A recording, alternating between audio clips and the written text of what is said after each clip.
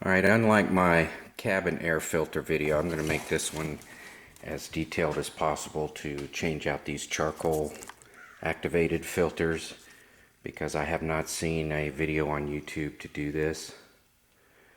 So let's get at it.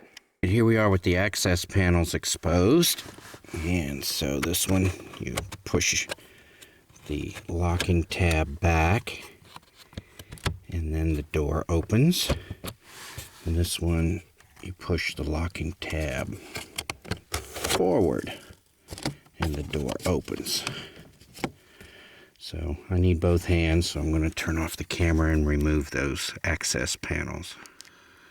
Alright, there they are, with the light kind of washing it out a little bit here.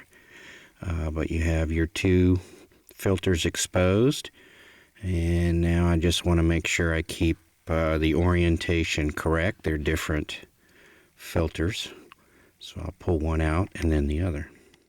Well, I believe I have the camera and the light set up well. You can grab the tab and pull it, or you can just move, just put your finger up here and pull it down, however you can do it.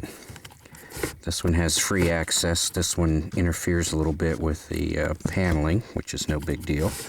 So let's pull this guy out first and see who he is, and inspect it and orient it, and put it back.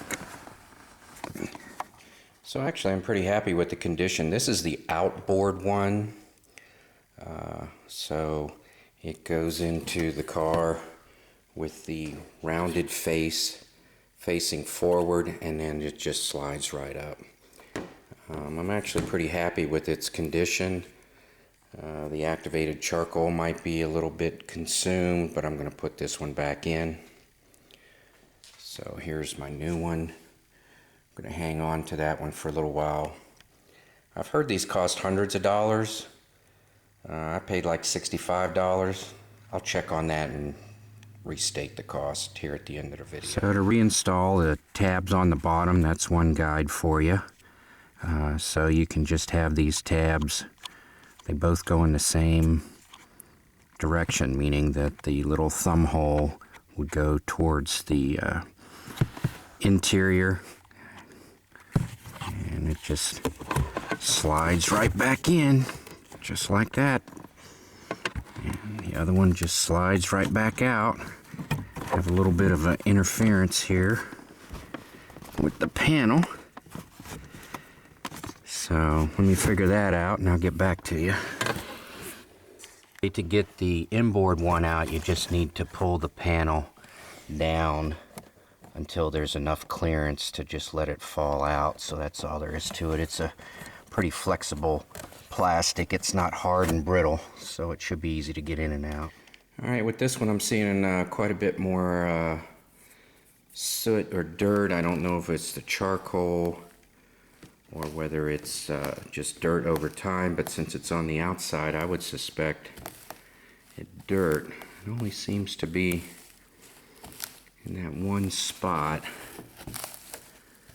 It looks pretty dirty actually in the folds, so I'm going to, I know it's difficult to see on the video, so I'm going to go ahead and change them both out. I know I said previously I was going to leave the original one back in. I'm going to go ahead and change them both out since I've going to change the one. So the rectangular inboard filter has a diagram on it with an arrow. That arrow is going to face forward. Like I said, this is the inboard one. It's rectangular in shape. The tabs are going to both be the same in that they're oriented like I have them here. However, the outboard one has a curve to it, and that curve goes forward like you see here.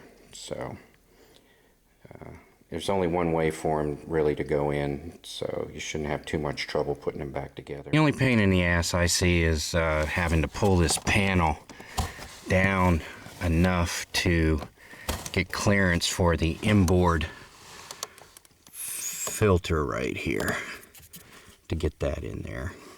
So let's put panels back on. So that should be pretty straightforward. You just slide that beige clip forward or back as appropriate to lock it in place. The styrofoam piece back in place. It goes over top of that metal panel. Alright, the styrofoam panel that goes in the footwell fits down onto these two clips. You can see there's a little groove cut out in a piece of the styrofoam for it to fit into those clips. So with our styrofoam in place, we'll put in the access panel next before we flip up the carpet. So the access panel has 3 tabs on the front end, and it's just held in place in the back there by pressure.